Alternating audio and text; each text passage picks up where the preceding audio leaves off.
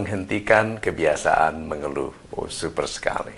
Begini, kebiasaan mengeluh kita otopsi dulu, dipisahkan antara mengeluh dengan kebiasaannya, gitu.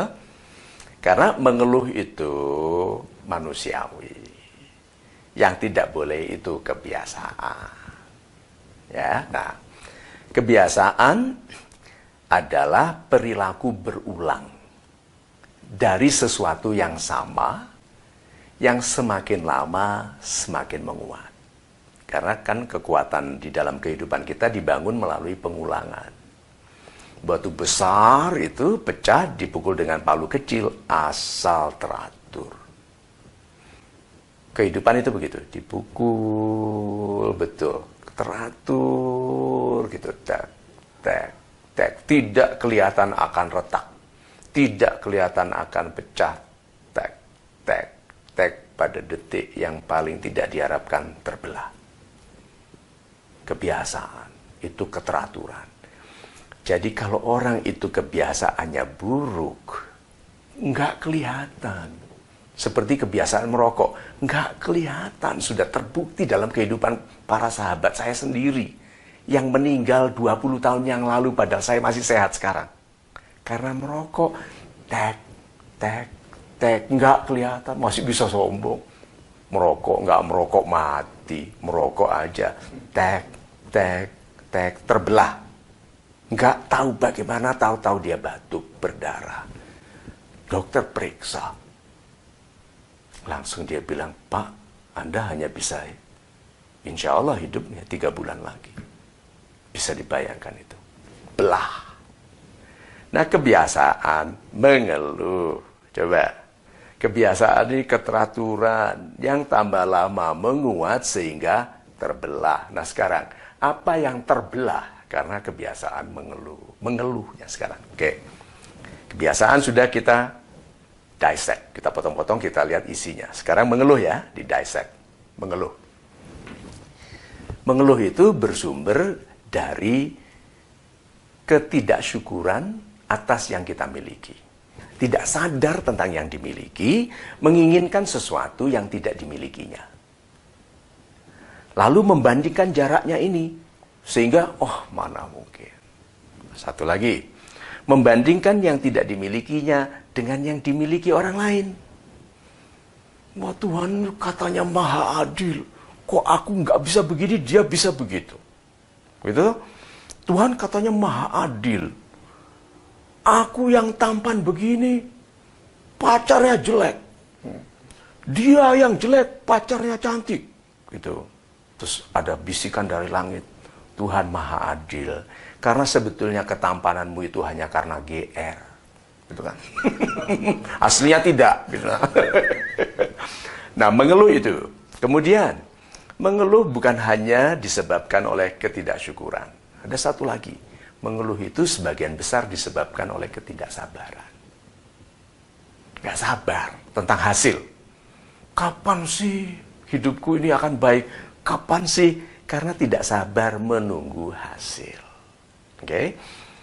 Orang untuk berhak mendapatkan hasil itu, dia membuktikan dalam kesungguhan, baik belajar atau bekerja. Nah, dia tidak sabar menunggu hasil sehingga mengeluh. Kenapa? Karena ada orang yang cepat mendapat hasil. Dia lebih muda dari saya, kok lebih sukses? Ya, yang dilihat oleh orang adalah hasil, tapi tidak memperhatikan proses. Nah, orang-orang yang hanya melihat hasilnya orang lain, tapi tidak menghargai prosesnya, tidak menghayati sulitnya proses kehidupan orang lain, akan mengeluh. Karena dia belum lihat hasil, tapi sudah merasakan penderitaan dari prosesnya. Itu bangun malam belajar, gitu. Tidur sebentar, bangun lagi bekerja. Ini kan dia sudah merasakan derita dari proses, belum lihat hasil. Dia sudah melihat hasil, nggak melihat derita orang lain. Nah, berarti tidak sabar. Nah, kalau mau mengubah kebiasaan, ya, karena kita sekarang tahu bahwa kebiasaan mengeluh akan membelah sesuatu. Mengeluh ini berarti tidak mensyukuri sesuatu yang dimiliki. Apa akibatnya? Diambil yang dimiliki. Orang yang kebiasaannya buruk, merusak kebiasaan, berarti merusak kesehatan, berarti kan tidak menghargai kesehatan. Diambil kesehatan. Yang Tuhan tanya itu loh, nikmat mana, nikmat Tuhan mana lagi yang kamu dustakan? Oke, istri disia-siakan, diambil istrinya dalam cara yang kita tidak tahu. Seperti ada seorang bercanda, mungkin di Mekah waktu naik haji dia bilang sama istrinya, kamu itu kalau enggak aku nikahi kamu enggak ada yang mau. Istrinya sakit hati sekali. Ini true story. Istrinya sakit hati sekali. Dia pulang, ada seorang pangeran dari Arab. Di Arab tuh banyak pangeran. Datang ke Indonesia mencari wanita tertentu yang dikenalnya secara tidak sengaja di Arab. Dilamar. Pada waktu dua suami istri ini, sepasang ini bertengkar memang. Dan memang suaminya menantang. Gitu. Kalau kamu mau, aku ceraikan. Bercerai. Dinikahi oleh seorang pangeran kaya di Arab. Padahal ini keluarga yang sangat miskin karena suaminya malas dan sombong. Coba. Kalau kita menyia-nyiakan sesuatu yang kita miliki, mengeluh, diambil. Jadi resiko dari kebiasaan mengeluh yang harusnya disyukuri diambil. Itu belahnya. Oke.